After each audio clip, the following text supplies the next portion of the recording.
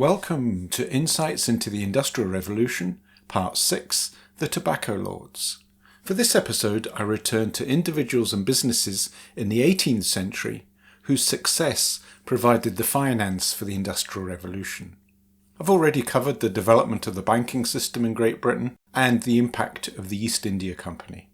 In this video, I turn to the Tobacco Lords of Glasgow. In the 18th century, there were four great trading ports in Britain. London was the financial capital and a mixed trading port with strong links to Europe. Bristol specialised in the import of sugar and rum. Liverpool dealt mainly in cotton and hemp. And Glasgow focused on tobacco. In all these cities, the main traders accumulated great wealth that they invested in other ventures. And another thing tied these great trading ports together, and that was slavery. Slaves harvested the sugar in the Caribbean, picked the cotton in the United States, and tended the tobacco plants. The wealth of Britain's great trading ports depended to a large extent on the brutality of slavery. Let's look now at the tobacco lords and their impact. Growing tobacco. The Treaty of Union between the Parliaments of Scotland and England in 1707 gave Scottish merchants access to the English colonies in North America. Tobacco had become popular in Europe from the early 17th century, and in 1624 King James I of England created a royal monopoly such that tobacco sold in England could only be grown in Virginia. This was later extended to the other English colonies in North America. Demand continued to increase and the value of tobacco as a crop increased. In fact, since there was a shortage of gold and silver coin in the colonies, tobacco was used as currency with an established conversion rate to gold. In order to maximize profits, tobacco plantation owners resorted to the Atlantic slave trade to supply them with cheap labor, allowing them to increase their yield while reducing costs. In 1672, the Royal Africa Company was founded by the English royal family, including Charles II. It was formed specifically for the purpose of shipping slaves from Africa to English colonies in America and the Caribbean. The Royal Africa Company ceased trading in 1752, and private merchants continued the trade. Throughout the 18th century, Britain was the largest shipper of slaves across the Atlantic. Merchants from Glasgow, Liverpool, Bristol and other ports would sail to Africa and trade goods for slaves with African rulers. The slaves were then taken across the Atlantic and sold to plantation owners in the Caribbean and America, and the goods produced by those plantations were shipped back to Britain for sale. In the case of Glasgow merchants, that produce was mainly tobacco. The scale of the slave trade is uncertain. Studies suggest that about 12 million slaves were transported across the Atlantic between the 16th and 19th centuries, and 1.5 million of those died on the voyage. Portugal was the largest trader of slaves during the whole period, carrying nearly 6 million of the total, but Great Britain was second largest trader at 3.3 million slaves transported. The rise of the tobacco lords. And so Glasgow merchants became involved in the transshipment of slaves from Africa to the American colonies and bringing the crop of tobacco back to the United Kingdom. Glasgow became an increasingly wealthy port from around 1730, and in 1747 the port of Glasgow was granted a monopoly for the importation of tobacco into French territories. By 1750, Glasgow was handling more tobacco than all the other British ports combined. The deepening of the River Clyde in 1768 allowed larger ships to be used in the trade, and the trade was particularly profitable from that period.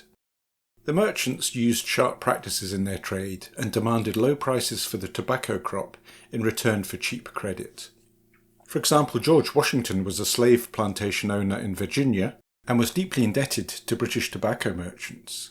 Thomas Jefferson also owned a slave plantation in Virginia with about 150 slaves. In 1768 he complained about the business tactics of British tobacco merchants. These complaints were among the grievances that contributed to the demand for American independence a few years later. There were at least a dozen Glasgow tobacco traders during the 18th century. We will cover the most significant: Andrew Buchanan, John Glassford, Archibald Ingram, Andrew Cochrane, Tobias Smollett, William Cunningham, Alexander Spears and George Bogle. Anyone familiar with the street names of Glasgow will recognise most of those names. Andrew Buchanan. Buchanan Street is one of the main shopping streets in Glasgow today, and it is named after Andrew Buchanan of Drumpellier. He also created Virginia Street in Glasgow, building villas on it. Although the street still exists, those original properties are long gone. Born in 1691 to a respectable landowning family, Andrew Buchanan began investing in the tobacco trade in the 1720s, along with his brothers, forming the company Andrew Buchanan Brothers and Company. The company went on to own tobacco plantations in Virginia with around 300 slaves. By 1730, the company was the largest single importer of tobacco into Glasgow, bringing in over 220 metric tons a year. By 1735, the company owned 5 ships, and even in that short period had accumulated vast wealth for the partners. In 1735, Andrew Buchanan purchased the Drumpellier estate on the outskirts of Glasgow. This is now a public park. Andrew Buchanan was elected Lord Provost of Glasgow in 1740. His companies diversified its interests in the 1750s into the textile and ship chandlery industries. In 1750, Andrew Buchanan was one of the founding partners in the Old Ship Bank in the East End of Glasgow. The bank would survive a financial crash in 1793 and merge with other banks in the 19th century. It became part of the Union Bank of Scotland in 1843, and that merged with the Bank of Scotland in 1955. The bank's 1904 premises are now a public house called the Old Ship Bank. Andrew Buchanan of Drumpellier died in 1759, and his son James inherited the Drumpellier estate and took over the business. However, the American Revolution effectively destroyed the tobacco trade with North America, and the company was bankrupted in 1777. Buchanan's main impact on the Industrial Revolution was through the Old Ship Bank, which became an important merchant bank for merchants and industrialists throughout the 19th century. The Old Ship Bank provided funding for manufacturing, shipbuilding, textiles and railways in the early part of the Industrial Revolution.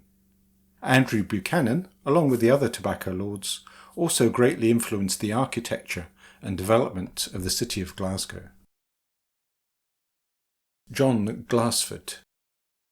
Today, Glassford Street in Glasgow isn't quite as prestigious as Buchanan Street. But John Glassford was just as powerful and as wealthy as Andrew Buchanan, although he entered the tobacco trade much later. John Glassford was born in Paisley in Scotland in 1715. He began his business life in the textile industry and in 1742 joined his brother-in-law Archibald Ingram in a textile print works on the south side of Glasgow. In 1750 he formed the partnership Ingram and Glassford with Archibald Ingram and entered the tobacco trade. The partnership only lasted a few years, and by 1753 Glassford had set up John Glassford and Company on his own account. Archibald Ingram also remained a successful businessman, as we shall see. Glassford's business was a success. The business actively engaged in the slave trade, transporting slaves from Africa to North America, importing tobacco into Glasgow, and exporting tobacco products across Europe. By around 1770, the company had 25 ships and imported around 10% of all the tobacco landed in Britain. During the period up to the American War of Independence, Glassford participated in around 10 tobacco trading companies and owned slave-worked tobacco estates in Virginia and Maryland. He continued his investments in the textile industry and was a founding partner of the Glasgow Arms Bank in 1750 and the Thistle Bank in 1761. The Glasgow Arms Bank would fail in a financial crisis in 1793. The Thistle Bank merged with other banks in 1836 and became part of the Clydesdale Bank in 1838. Despite having investments in other industries, the loss of the tobacco trade during the American War of Independence ruined John Glassford, and he died deeply in debt in 1783. However, his business continued, operating as Glassford and Henderson until the 1790s, and then under various owners. These successor companies moved out of the tobacco trade into textiles, sugar refining, brewing and distilling, and other industries. Archibald Ingram. Archibald Ingram was the brother-in-law of John Glassford and also has a Glasgow street named after him. He was born in Glasgow in 1699 and began trading in tobacco in the 1720s. As we saw in the previous section, he entered a textile printing partnership with John Glassford in 1742 and a short-lived tobacco trading partnership in 1750. Along with Glassford, he was a founding partner of the Glasgow Arms Bank in 1750.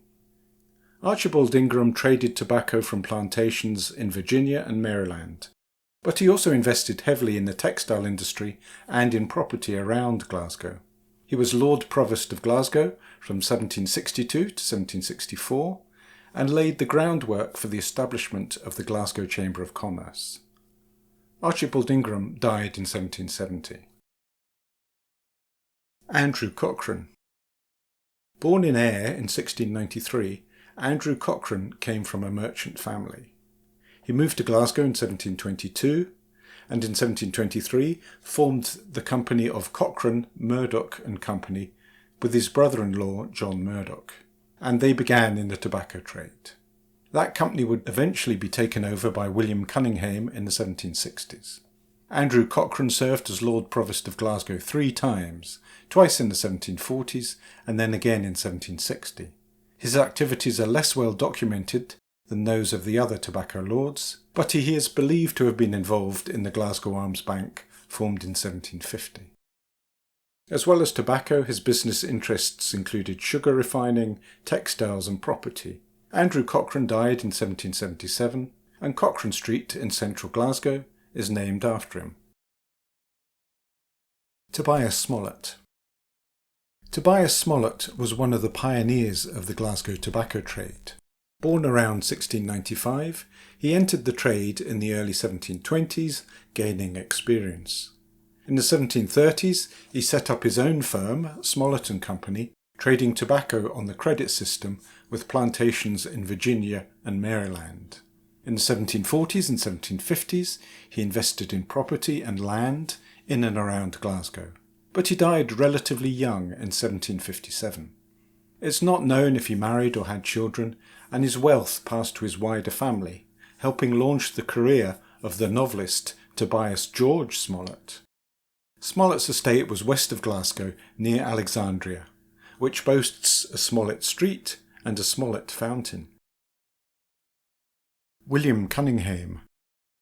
Born in Ayrshire in 1715 into a prosperous merchant family, William Cunningham is notable among the tobacco lords for making a fortune from the American War of Independence, rather than being ruined by it. William Cunningham was related to Andrew Cochrane and first worked for Cochrane's business. He sailed to America for the business in 1746 and by 1752 was manager of all the company's businesses in Virginia. In 1762 he returned to Scotland as principal partner of Cochrane, Murdoch and Company, and 10 years later he changed the name of the firm to William Cunningham and Company. Cunningham was a sharp trader, offering tobacco growers generous credit terms and then pressurising them to sell their tobacco below the open market price. Cleverly, William Cunningham spotted that trouble was brewing in the English colonies in America and stockpiled tobacco before the War of Independence broke out. The Revolutionary War of 1775 halted the trade in tobacco with Great Britain. Cunningham personally bought the company's entire stock of tobacco and, as prices rose, sold it for a 600% profit, making a huge fortune. He purchased a large country estate, but also bought land in Glasgow city centre, building a townhouse in what is now Queen Street in Glasgow. That house is now the Gallery of Modern Art in the city. William Cunningham retired in 1780 and died in 1799. Unlike the other tobacco lords, there is no street in central Glasgow named after him, although there is a Cunninghame Road in Rutherglen in the outskirts of Glasgow. Alexander Spiers. Details of the life of Alexander Spiers are less well known than those of other tobacco lords. He was born sometime around 1714 in the west of Scotland. He began trading in tobacco in the 1730s, although it's not known if he worked for any of the other tobacco lords. By the early 1750s, he was a partner in the firm of Spiers, Bowman and Company, and developed relationships with plantations in Virginia and Maryland. By 1764, the firm had evolved into Spiers, French and Company, taking on John French as a partner to manage the American side of the business. Spiers, French and Company became one of the major tobacco trading companies in Glasgow. Like the other tobacco merchants, the firm operated a credit arrangement with plantations, which enabled them to purchase tobacco cheaply. The company prospered, and in 1771 he purchased a country estate a few miles outside of Glasgow. It's also believed that Alexander Spiers was involved as one of the funding partners of the Glasgow Arms Bank as it grew from the 1760s into the 1770s. He also built a mansion in what is now Blythswood Square in Glasgow. The outbreak of the American War of Independence in 1775 prevented British ships from sailing to American ports, and the tobacco trade was severely disrupted. Plantation owners defaulted on their debts, and warehouses and other British property on American soil were seized. Many Glasgow merchants went bankrupt. Spiers, French and Company suffered heavy losses and appears to have ceased trading. However, Alexander Spiers himself did not lose his personal wealth. He died in 1782, but his family retained their land, estates and wealth, and succeeding generations of the Spiers family remained important in politics and Scottish society. While there is no Spiers Street in central Glasgow, Spiers Wharf is named after him. It marks the area where the Forth and Clyde Canal enters Glasgow, and warehouses and industries were developed there. George Bogle. The last tobacco lord I'm going to cover is George Bogle, who was born in 1700 into a wealthy family. In 1724 he inherited an estate in Daldowie on the River Clyde, southeast of Glasgow. He's believed to have started trading in tobacco around this time. By the 1740s he had risen to become an important trader, although the names of the businesses he was involved in are not known. As well as trading in American tobacco, he also sent ships to the Caribbean and traded in sugar and other commodities. He retired from the trade in the mid-1760s and invested in businesses and projects in Glasgow, including the deepening of the Clyde. He also funded his son, George Bogle the Younger, on a mission to Tibet, and his family remained important in Scottish society into the 19th century. Bogle Street, near the harbours in Greenock, is named after him. The decline of the tobacco trade. A pattern of trading emerges from the activities of the Glasgow tobacco lords. They offered generous credit terms to plantation owners to get them into debt, and then extorted low prices for the tobacco crop, maximising the profits of the merchant. It was this system of cheap credit that made the Glasgow tobacco lords different. They forced plantation owners to sell their crop to the merchants below market prices. English traders, on the other hand, simply charged a commission on the sales of tobacco that they made. The ruthless deal-making of the tobacco lords was one of the main grievances of the American colonists against the British, and certainly fueled the demands for change, which led to the Revolutionary War. And the credit system rebounded on the Glasgow merchants with the outbreak of the American War of Independence, since the debts of the plantation owners defaulted, severely damaging or destroying the creditworthiness of the merchants. It was the American War of Independence that brought an end to the era of the tobacco lords. British ships were no longer able to sail into American waters, and plantations owned by the Scottish merchants were taken over by the colonists. Many of the tobacco businesses went bankrupt, including those of Andrew Buchanan, John Glassford and Alexander Spiers. William Cunninghame, as we've seen, profited from the conflict but he was one of very few. The Old Ship Bank and the Glasgow Arms Bank both survived that financial crisis with heavy losses.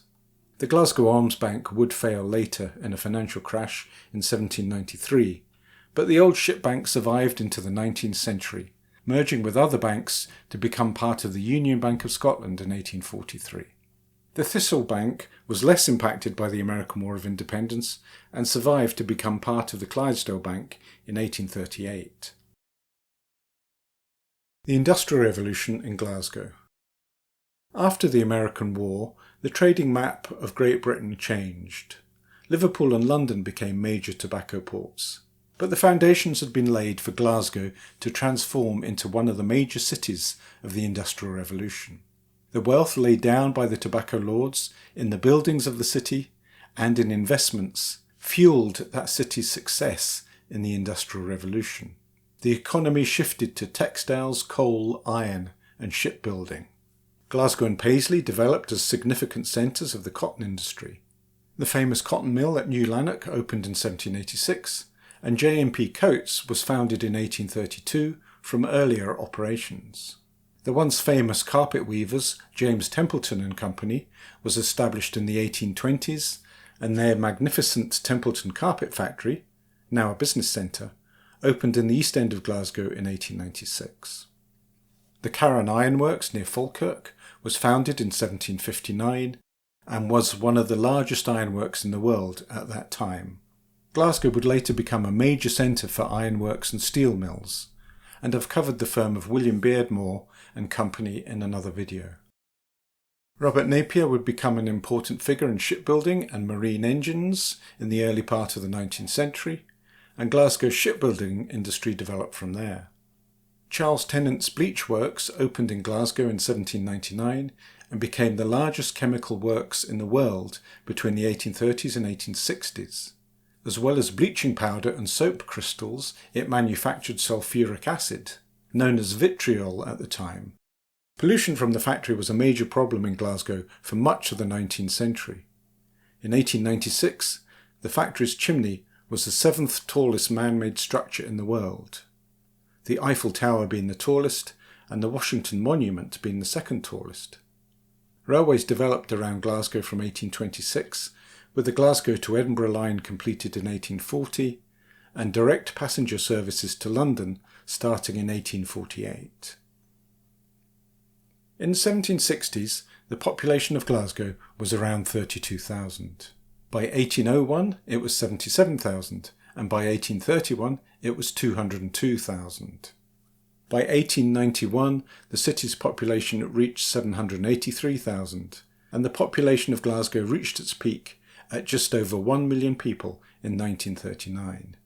Today it is around 612,000 people within the city of Glasgow, although the wider West Central Belt region holds nearly 3 million people.